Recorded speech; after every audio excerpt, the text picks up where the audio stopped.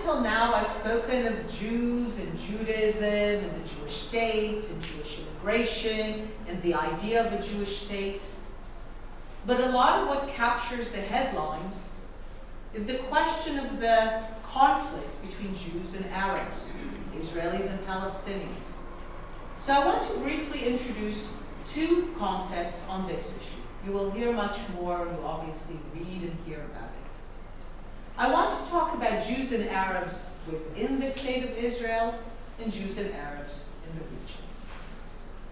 Now, within the state of Israel, citizens of the state, of the republic, about 20% belong to, in their mind, a different nation and people, the Arabs, or sometimes the Palestinian Arabs.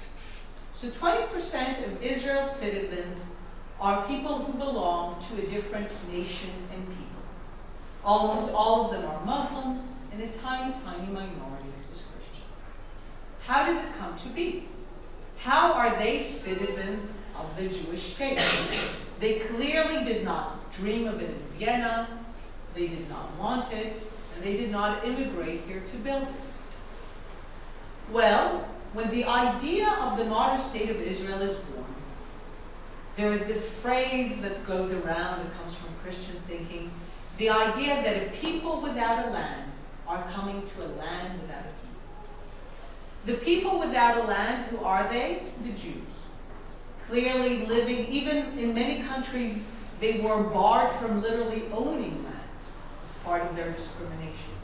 So a people without a land, people who are strangers, foreigners, belong to no country. Why was this considered a land without a people? Everyone knew it was not Antarctica. It was clear that there were human beings living here. So why was it conceived of as a land without a people? Well, for two main reasons. The first, this is the imperial era. This part belongs to the Ottoman Empire for hundreds of years. It's actually a backwater, unimportant part of the Ottoman Empire. It's not Damascus, it's not Beirut, it's not Baghdad, it's not Cairo. So this belongs to the emperor. It does not belong to a people. It belongs to the sultan in this case. So this was considered a land without a people. The other reason it was considered a land without a people is that this is the era when people start to travel and publish travel logs. The most famous one about this place was by Mark Twain. He describes a desolate land, some farmers, some shepherds, but the notion is that there is land and that this is a place stuck in ancient times. So people reading this, hearing about it, say, well, there's room for us. We can come here. We can build and develop this place. I'm always amused by the notion that Israel is a colonialist enterprise, because if so, they came literally to a place with zero natural resources. There was nothing to take. There was only things to give and to build. So the Jews come here, they immigrate, fired by this idea of restoration, of sovereignty, of building a modern state. And they come here. And they believe that they will be welcomed and accepted because they have only the best of intentions. I know that today Zionism is presented as a colonialist movement that only sought to displace the local population. But read all the early Zionist writings. From the perspective of the Zionists, they expected to be welcomed. They didn't expect to displace anyone. So you can fault them for being naive, but not for having ill will. So of course this is not how things turn out. And as more Jews begin to immigrate here with this idea of building a modern state, the more they begin to face resistance from those who live here. Initially under the Ottoman Empire, but as World War I ends, the Ottoman Empire is carved out, the British take over. Under the 30 years of British tutelage, the Jews and Arabs coalesce into two fighting nations. So after World War II, the United Nations basically says, enough, divide. Britain says we're done, the empire is over, we're out of here. And the United Nations says, divide. A Jewish state, that's the UN definition, and an Arab state. Jewish and Arab, two peoples, two nations, not religions. A Jewish state and an Arab state. The Jews say yes, the Arabs say no. Even though it's a tough choice for the Jews, it's only half of the land they thought they would get after World War I. It's mostly desert. They are not getting Judea. The cradle of the Judaic civilization is to be part of the Arab state. They are not getting Zion. They're the Zionist movement, and they're not getting Zion. Jerusalem is to belong to the world, not to the Jews, not to the Arabs. And if the Jews say yes, the Arabs say no. As far as they're concerned, the Jews have no business being here. What is this crazy story of returning after 2,000 years? War ensues. Ceasefire lines are established at the end of the war.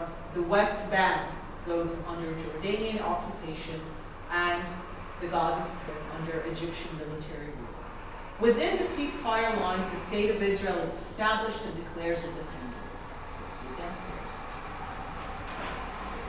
The day that Israel declares independence, later on the time of the ceasefire, there are Arabs in what becomes the state of Israel. Now think about it. What are they going to do? Until the day before, they fought against that state coming into being. They rejected it. They didn't want it.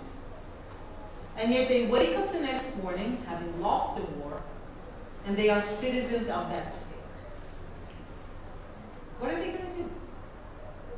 And from that moment, you have two responses that persist to today.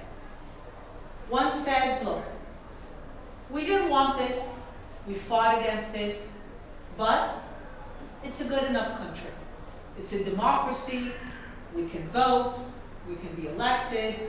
So let's just make sure that our rights on paper, the ones defined here, translate into a sense of belonging, of being truly part of this country.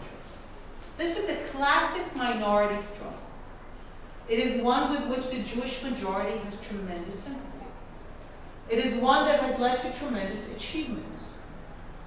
The gap between Jews and Arabs in the state of Israel is among the lowest between minorities and majorities in most of the world's countries.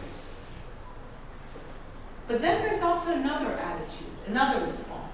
Sometimes in the same person might be torn, saying, look, not until this country ceases to be the Jewish state, until it is no longer committed to Jewish immigration, until there are no longer Jewish symbols in the public sphere, not until all of this disappears, can we feel that we belong, that it's our country. When the Jewish majority hears that, they say no. We have not fought, we have not led, we have not immigrated, we have not sacrificed. So that at the end of the day, the Jews do not have even one state to call their own. And this complicates the relationship. I have a colleague who says that if you want to understand Jewish-Arab relations in Israel, he himself is an Arab, he says, look, you need to understand that within the state of Israel, the Jews are the numerical majority, but in their minds, they're the minority.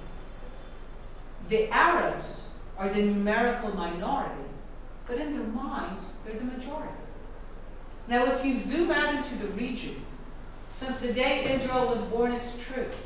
The ratio of Jews to Arabs in the region was 1 to 50 when we declared independence, 1 to 60 today.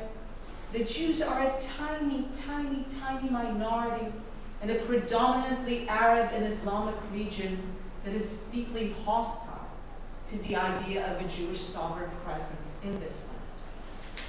But it's not just about the region. It's about a mentality, a way of thinking.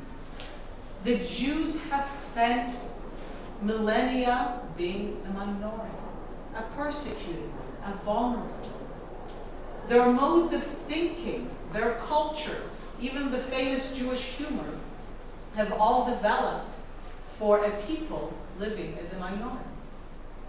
You do not transition easily in history from centuries and millennia of having adapted to being a vulnerable minority to suddenly having the comfort and ease of being a majority.